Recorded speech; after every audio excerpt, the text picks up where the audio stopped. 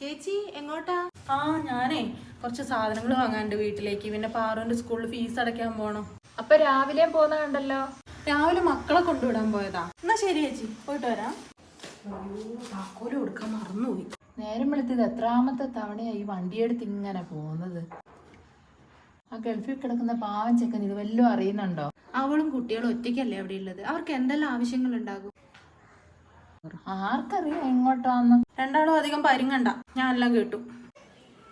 അതെ, ഭർത്താക്കന്മാര് വിദേശത്തുള്ള എല്ലാ ഭാര്യമാരും അനുഭവിക്കുന്ന ഒരു പ്രശ്നമാണിത്. എൻ്റെ വീട്ടിലെ കാര്യങ്ങൾ പിന്നെ നിങ്ങൾ ചെയ്തു തരുമോ? നിങ്ങൾ രണ്ടാളും വന്ന് ചെയ്തു തരുമോ? അല്ലെങ്കിൽ പറയുന്നവർ ചെയ്തു തരുമോ?